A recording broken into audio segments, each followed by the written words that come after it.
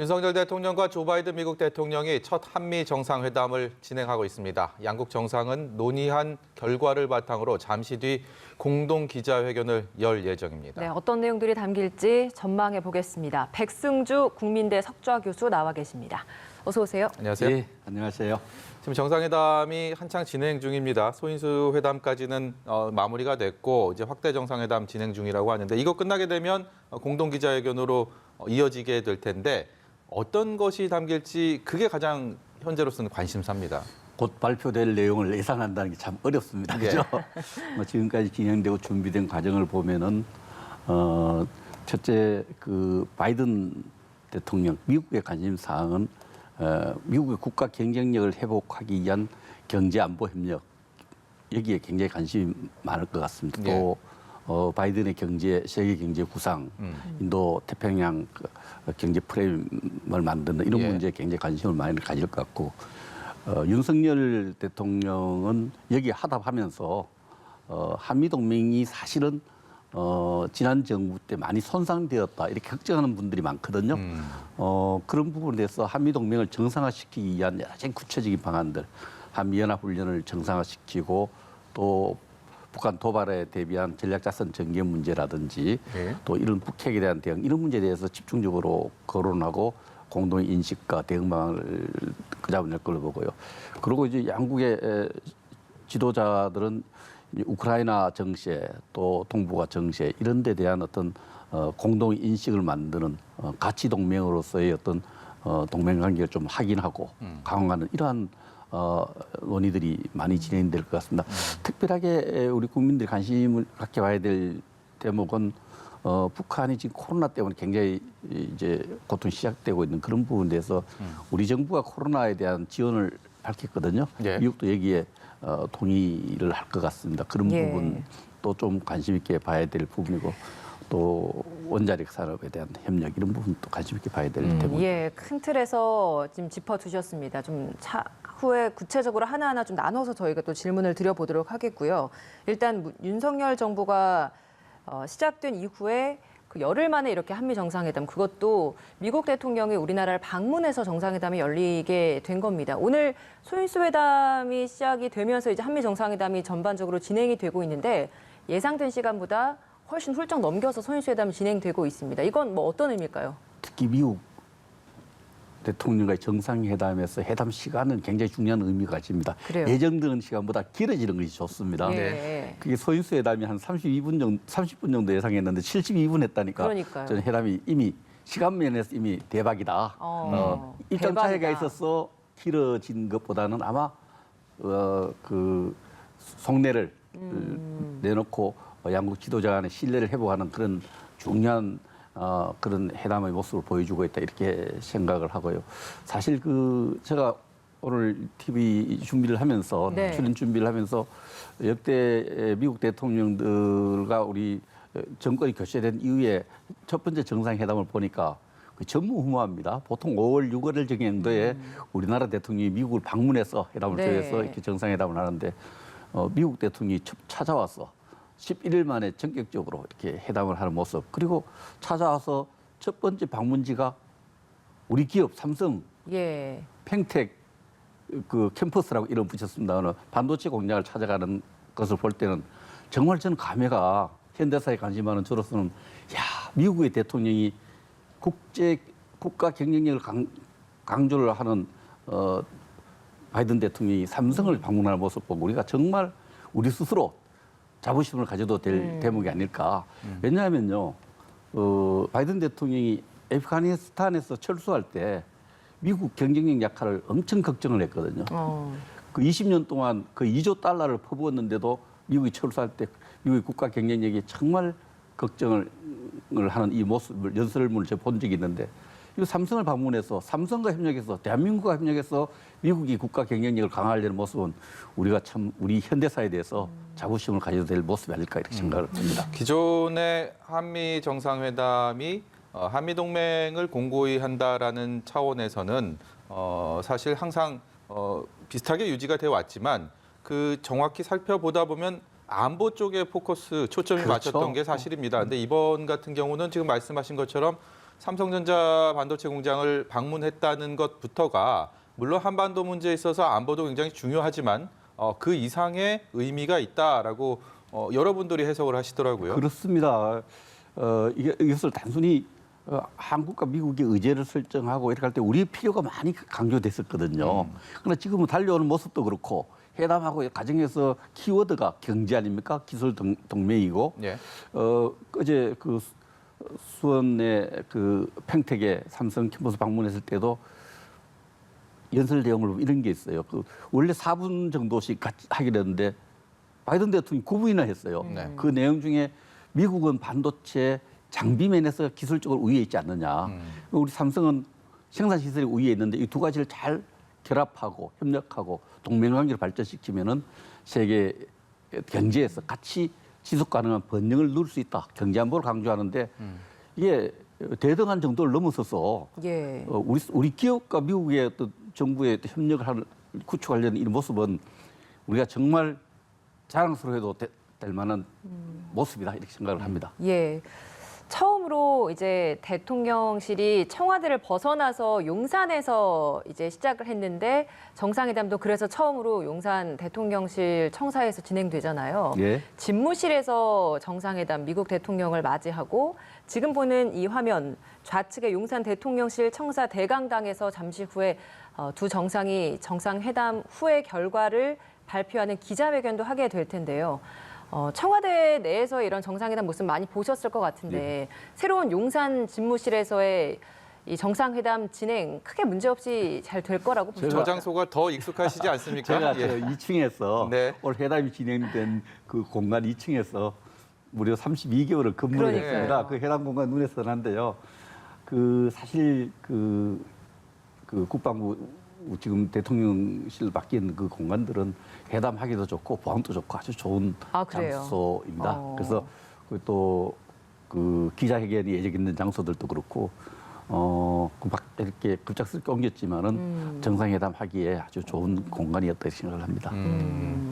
저 지하 1층 대강당 아닙니까? 저기도 국방부 차관으로서 그리고 많이 20대 출입했죠. 국회에서는 또 국방위 상임위로 하시면서 또 간사로 활동하셨기 때문에 저 장소가 너무나 익숙하실 것 같다는 그렇습니다. 생각이 듭니다. 예. 저 장소에서 장차관 취임식도 하고 그렇죠. 예. 감회가 새로우실 것 같습니다. 예, 그래서 아무튼 감회도 새롭고 예. 오늘 그 현충원을 1시에 방문하고 네. 1시에 출발해서 현충원을 바로 갔다가 그 국방부로 들어오는 시간 한 20분 정도, 21분 정도 걸렸는데 그 방명록에 서명을 하지 않습니까? 네네. 윤 대통령이 지켜보고 있고 바이든 대통령이 서명하는데 첫 번째 언어가 환대입니다. 네. 환대와 환대와 동맹에 감사하다. 하는데 어제 삼성 방문에 대한 여러 가지 그 뜨거운 마음 이런 것이 감사한 마음이 그대로 그 언어에 담겨 있지 않나 이렇게 생각을 합니다. 저 대강당 같은 경우는 기존의 청와대에서 정상회담을 할 경우에 공동기자회견은 춘추관으로 이동을 해서 그렇죠. 춘추관에서 네. 기자들 앞에서 해왔던 것이 일반적인 모습이었는데 아무래도 실내 공간에다가 공간이 넓다 보니까 예. 이 굉장히 많은 사람은 수용할 수 있어도 그렇습니다. 거기를 다 채우지는 않지 그 않겠습니까? 양쪽에 수행한 기자들 이제 언론인들의 풀 기자하고 또 이렇게 그걸 하겠죠. 예, 예. 정확하게 그 참석자를 어떻게 선정했는지는 제가 잘 예. 모르겠지만 공간이 넓은 만큼 넓은 공간을 잘 활용하겠죠. 예. 예.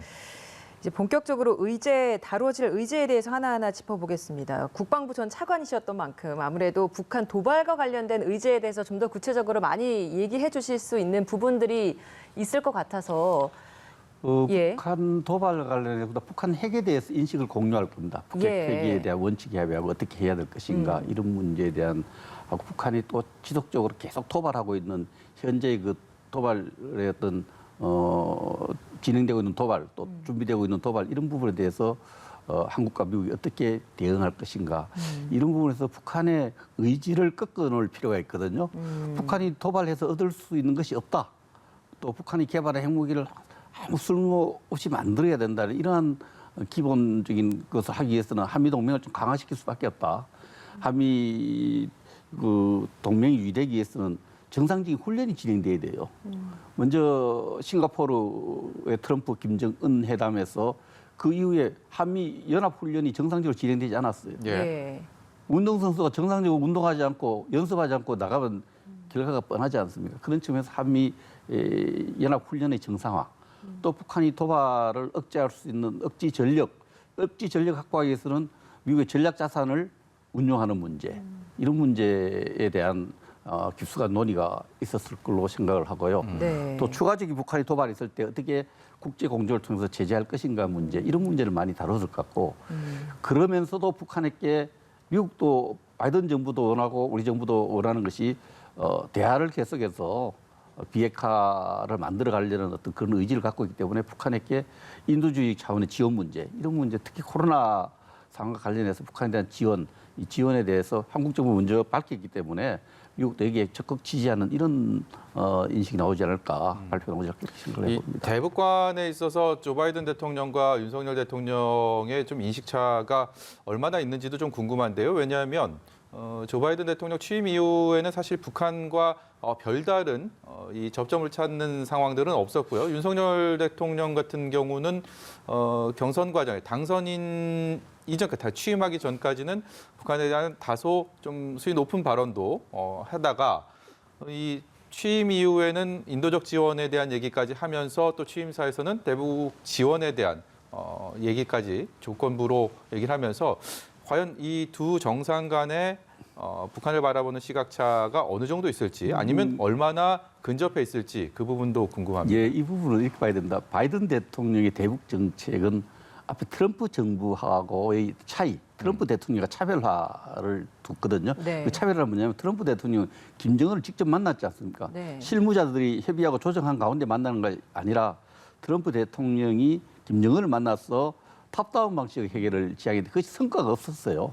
탑다운 방식인데 지금 바이든 대통령은 바텀업 방식으로 실무자들 접촉을 해서 이렇게 쭉 다뤄가는 방식이고, 윤석열 대통령 같은 경우에도 일부 이제 이 선거 과정에서 예. 북한이 그 개발한 미사일에다가 핵무기를 탑재해서 공격하려고 하면은 그 도발 지점을 선제 타격해서 국민 안전 지키겠다, 이런 부분이 정치적 프레임 속에서 예. 너무 좀 공격적으로 공세적으로 보였지만 그 윤석열 대통령이나 그 참모들이나 저도 같은 생각을 가지고 있습니다만은 네.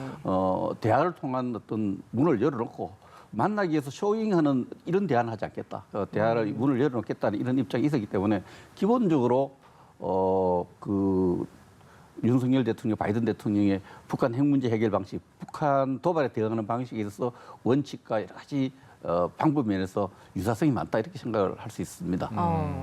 그런 차원에서 앞서 짚어주신 것처럼 한미 연합훈련의 정상화 또는 뭐 대규모 야외 기동훈련 실시하는 부분, 이런 것들을 다시 되돌릴 수도 있다, 이런 이야기를 하셨는데, 그러면 오늘 이 발표에서 그런 내용들이 좀 더 구체적으로 명시화돼서도 발표가 되겠습니까?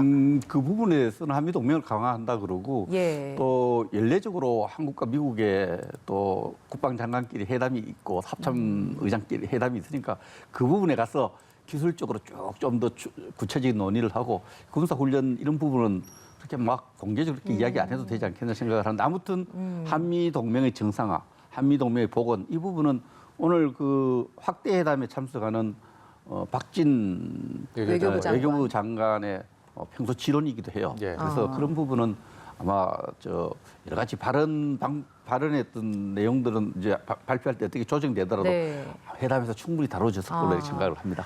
이런 상황에서 북한의 움직임에도 눈길이 갑니다. 최근 국회 정보위에서 나온 얘기들을 종합해 보면 ICBM에 대한 액체 연료를 주입하기 시작했다라는 소식, 그리고 핵실험을 할 준비가 마무리가 돼 있다라는 소식까지, 그야말로 이 한미 정상회담이라는 중차대한 이 외교적인 행사를 앞둔 상황에서 북한의 움직임들이 심상치 않다라는 것도 자연스럽게 신경이 쓰일 수밖에 없는 상황인데요. 그렇죠. 북한이 연초부터 7차 핵실험 준비를 하고 있었고 의지도 이렇게 보였죠. 그 많은 움직임을 그 핵실험장 주변 지역에서 사람과 장비가 움직이고 준비하는 모습이 포착됐고, 네. 또 ICBM 추가 발사를 준비한 것도 이제 포착이 됐는데, 이 발사를 과연 할 것이냐 네. 한다면 이 지금 바이든 대통령 방문 기간에 할 것이냐, 이것이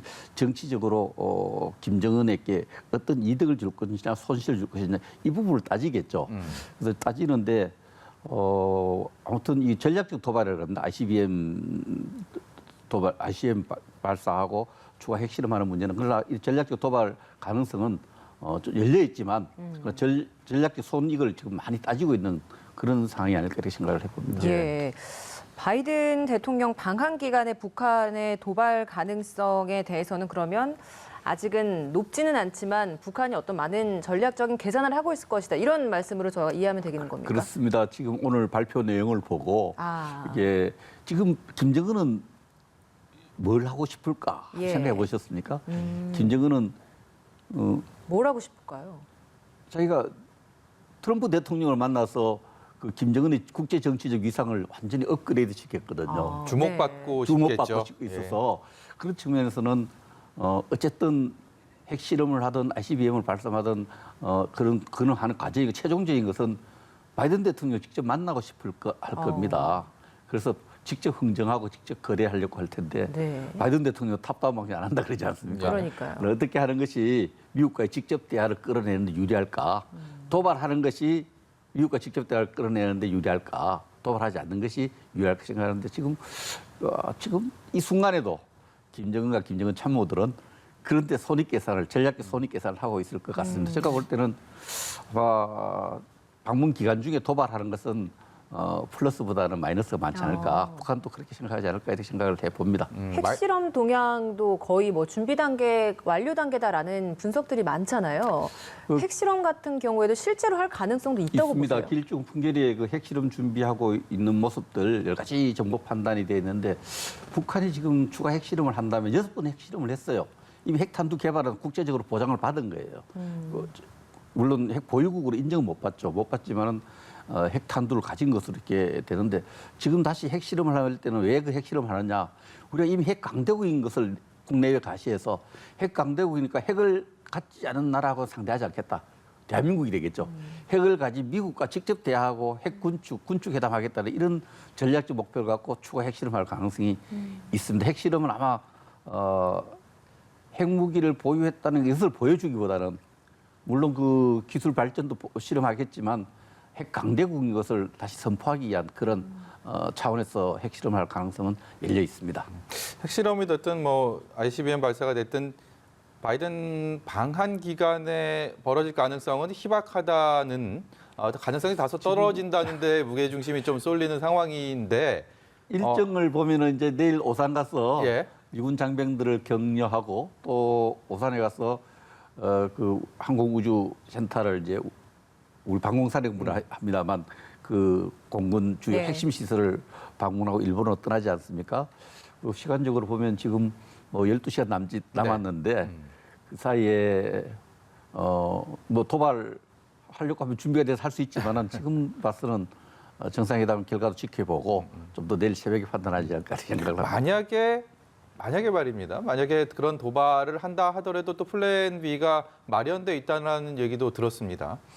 그렇죠. 도발을 하게 되면은 그 미국 국방부 보좌관 또 같이 와 있고 하기 때문에 미국의 그 안보 참모들하고 윤석열 정부의 또 안보 참모들이 거기에 따른 대책 회의를 할 수도 있지 않겠느냐, 별도 회의도 할 수도 있지 않겠느냐 이렇게 볼 수 있습니다.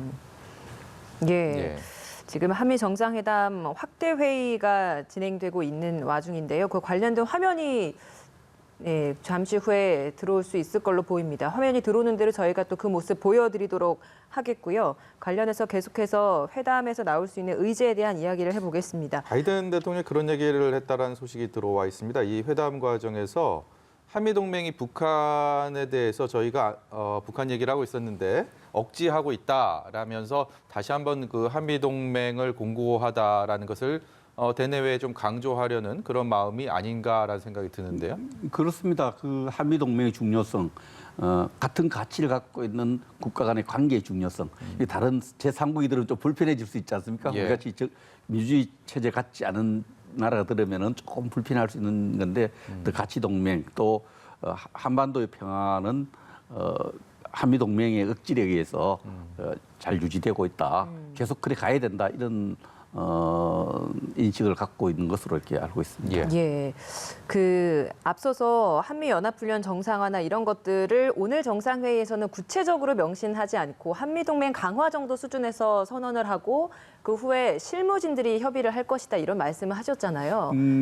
그 충분히 논의는 했을 거예요. 예. 그걸 어떻게 이렇게 표현할 것인가에 대한 부분은 구체적으로 한미 연합 훈련을 좀 강화하고 또 뭐 전략자산 전개 예. 이런 부분은 보다는 한미 동맹을 포괄적으로 강화하는 이런 내용으로 담지 않을까 이런 생각을 해봅니다. 그런 실무적인 이야기가 오가기 위해서는 고위급 회담이 정기적으로 좀 이루어져야 되고 실제적으로 지난 2016년에 이런 것들을 협의를 해서 확장 억제 전략 협의체라고 해서 예. 대화를 오갈 수 있게 만들었는데 약식으로 단 2번만 진행이 되고 지금까지 진행이 되지 않았잖아요. 예. 그러니까 이번에 이런 것들을 다시 좀 정례화시킬 수도 있다. 이런 얘기도 있던데 실제 그 가능성도 있겠습니다. 있습니다. 확장 억지에 대한 협의를 좀 더 실질적으로 발전시켜 나갈 가능성도 있고 이 부분은 이제 10월이나 11월에 있을 또 한미 연례 국방장관 회담, 또 합참의장 간의 회담에서도 여기서 오늘 논의된 것을 중심으로서 한미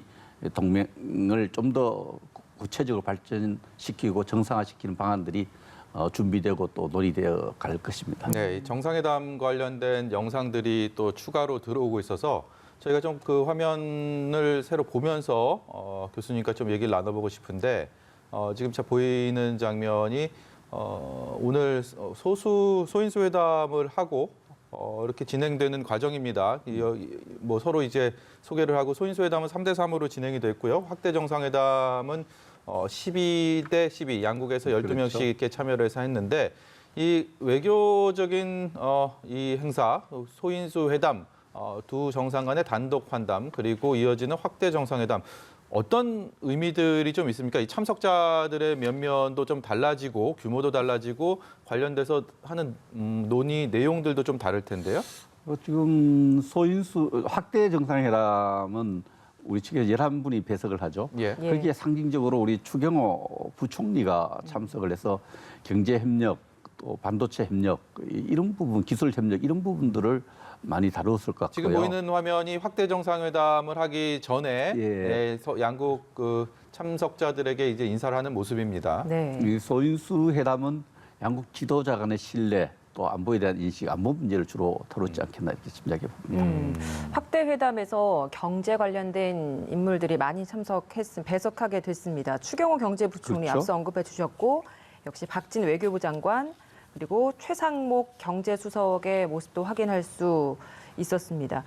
미국 측에서는 크리스토퍼 델코르소 주한미 대사대리 그리고 지나 레이몬드 상무장관, 제이크 설리번 국가안보보좌관 모습도 볼 수 있었습니다. 이런 배석자들 면면으로 봤을 때 확실히 저희가 이야기를 나눴던 것처럼 예. 경제 관련된 부분에도 많은 무게를 뒀다 이렇게 분석할 수 있겠네요. 예, 지금 제가 볼 때는 바이든 대통령은 일관된 어떤 동선을 보면은 삼성 가고 또 오늘 확실하게 저 현대도 만난다 그러죠.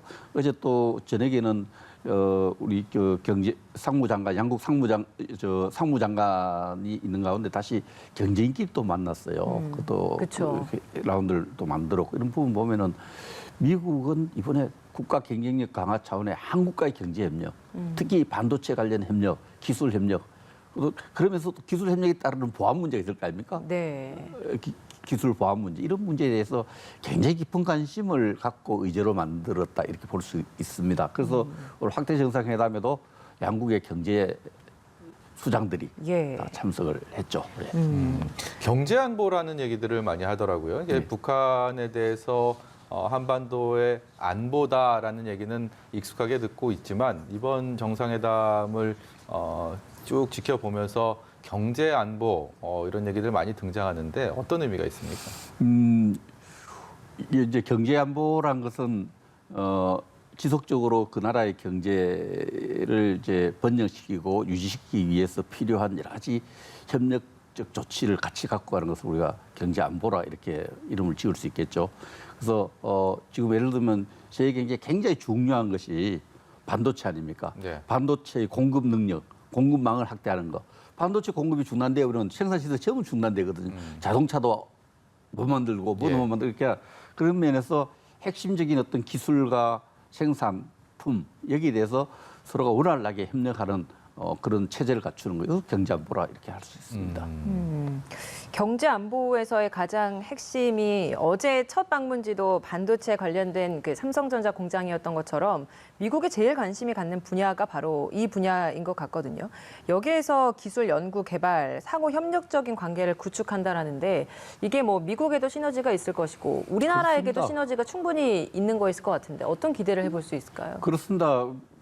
미국의 앞선 그 장비 이 기술 이런 부분에 대해서 반도체 장비 기술에 대해서 지속적으로 협력을 보장받고 우리 생산품을 지속적으로 공급할 수 있는 시장을 확보하는 게 되죠. 그렇게 할 경우에 또 다른 시장에 대해서 좀 불편한 생각을 가질 수 있지만 그러면서 양쪽이 다 윈윈할 수 있는 그런 부분이 있고 미국이 또 지금 갖고 있는 것이 가치를 같이 하는 국가.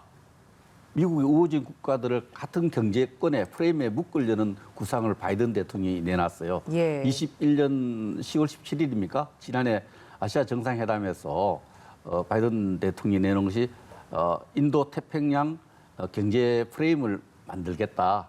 이것을 이번에 한국 방문을 마치고 일본 가면 발표할 것입니다. 발표하는데 네. 우리 대통령이 또 화상으로 참가해서 아마 창설 멤버로 예. 되지 않을까 이렇게 생각을 하는데 전체적으로 한 10개 나라 이상 정도 참가할 것으로 보이는데 네. 여기에 대해서 중국이 좀 불편해하죠. 중국이 불편해하는데 바이든 대통령은 자신의 이 담대한 국제협력 경제 프레임을 만들려는 구상에 이 대한민국이 공식적으로 참가하도록 설득하고 참가를 예. 하는 것은 굉장히 큰 외교적 성과를 볼 수 있겠죠.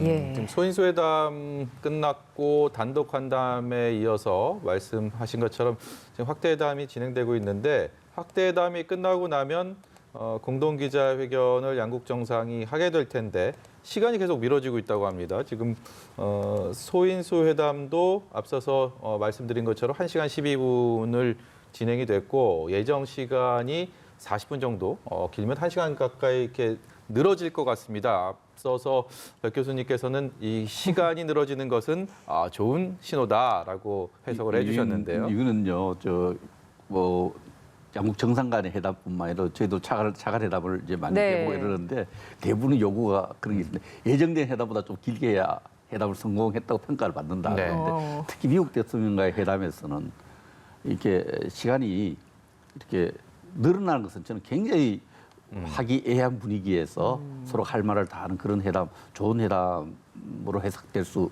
있습니다. 물론 옛날에 여러 가지 입장 차이가 있는 문제를 다뤄서 늘어나는 경우도 있겠지만 제가 볼 때는 이번에 회담 시간이 늘어난 것은 특히 이 양국 지도자 간의 신뢰를 만들어내고 또 여러 가지 의제에 대해서 충분히 속내를 이야기하고 조율하고 공동 인식을 만들어내고 또 미래 전략을 같이 만드는 그런 생산적인 회담이기 때문에 회담이 길어지고 있지 않느냐. 특히 소인수 회담이 40분은 깜짝 놀랐어요. 소인수 회담이 40분이나 늘어나고 또 이렇게 쭉 하는 거 봐서는 이번 회담은 아주 지금까지 진행 시간만 봐서는 굉장히 성공적으로 진행되고 있다. 저는 그렇게 평가하고 싶습니다.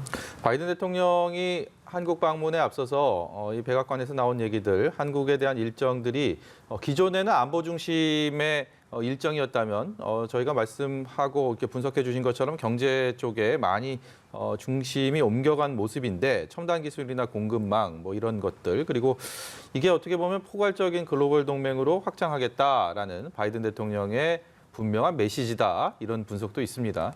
예, 그렇습니다. 이 바이든 대통령은 제가 초등학교 6학년에 72년부터 미국에 상원의원을 했습니다. 예. 그래서 72년부터 상원의원을 했고 외교위원장, 법사위원장 다 했는데 예. 제가 차관 시절에 한국을 방문했어요. 그때는 일본을 먼저 방문하고 부통령 시절에 오바마 부통령 시절에 일본을 먼저 방문하고 한국을 방문하고 중국을 잠시 방문하고 돌아갔는데 그때 제가 이 조율하는 내용들 중에 하나가 중국이 그때 카디지를 확장했어요. 예, 예. 중국 방공식별구역을 확장했는데 그때 한미일이 굉장히 또 어려울 때 그 노련하게 그때 대사가 성김 대사였어요. 네네. 그 바이든 대통령의 그 동북아 순방을 앞두고 이렇게 외교 안보 면에서는 굉장히 여기에 대해서 잘 알고 계셔요. 한국인의 감정, 한국이 처한 위상, 한국이 가지고 있는 여러 가지 고민, 일본, 북한 문제, 중국 문제 다 깨뚫고 있는 외통위원장으로서, 외교위원장으로서 그래서 외교 문제는, 안보 문제는 굉장히 이 부분에 전문가적인 어떤 그런 걸 갖고 있고 이번에 추가적으로 이 경제 문제에 대해서는 본인이 미국의 국가 경쟁력을 높이려는 굉장히 그 개인의 정치 신념이기 때문에 그 국제 경쟁력을 높이는 과정에서 한국의 도움이 필요하고 한국의 대기업의 도움이 필요하고 또 일본 등 우방 국가들의 하나의 그 프레임워크를 만드는 게 필요하다. 이런 외교적인 목적을 갖고 순방하고 있다고 봐야 됩니다. 예. 중국 역시 편치 않을 것이다라는 얘기도 살짝 앞서 언급해 주셨거든요. 중국 정부 역시도 그런 불편한 심기를 감추지 않았습니다. 한중 간의 그 디커플링의 부정적 경향에 반대한다. 이런 심정을 공식적으로 발표한 상황인데 우리 정부도 윤석열 정부도 그 부분에 대한 메시지를 내놨죠. 예. 그 인도 태평양 경제 프레임이라는 것이 어떤 특정 국가, 특히 중국을 배척하려는 그런 것이 아니다.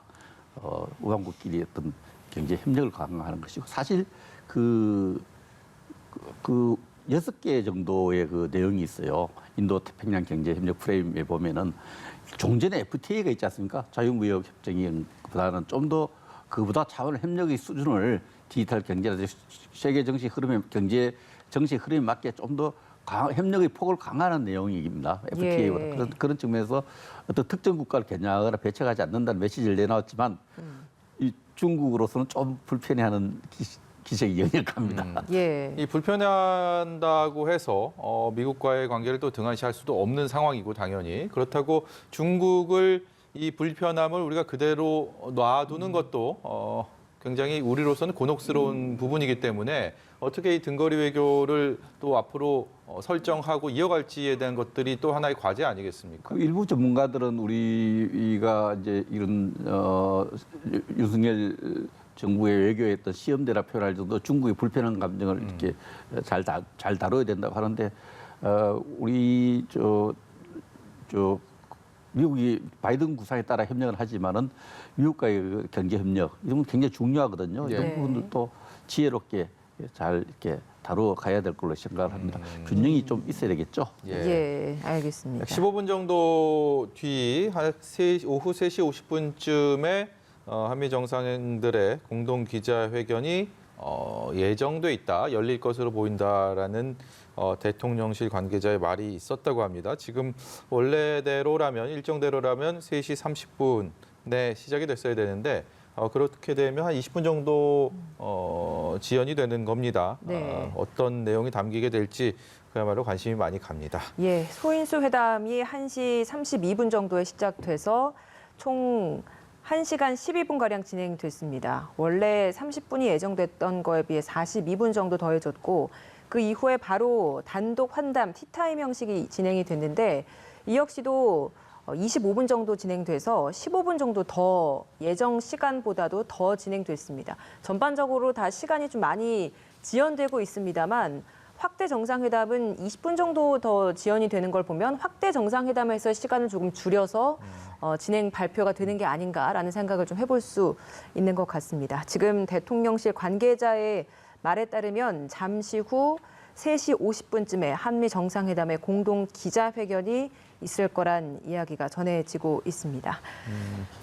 한미 정상들의 이 만남에 대한 의미도 굉장히 큰데 혹자들은 미국 대통령이 아시아 순방을 하면서 물론 여러 가지 목적이 있고 특히 경제 안보에 대한 글로벌 경제 협력을 강화하겠다라는 뜻을 가지고 오지만 일본이 아니고 한국을 먼저 찾았다.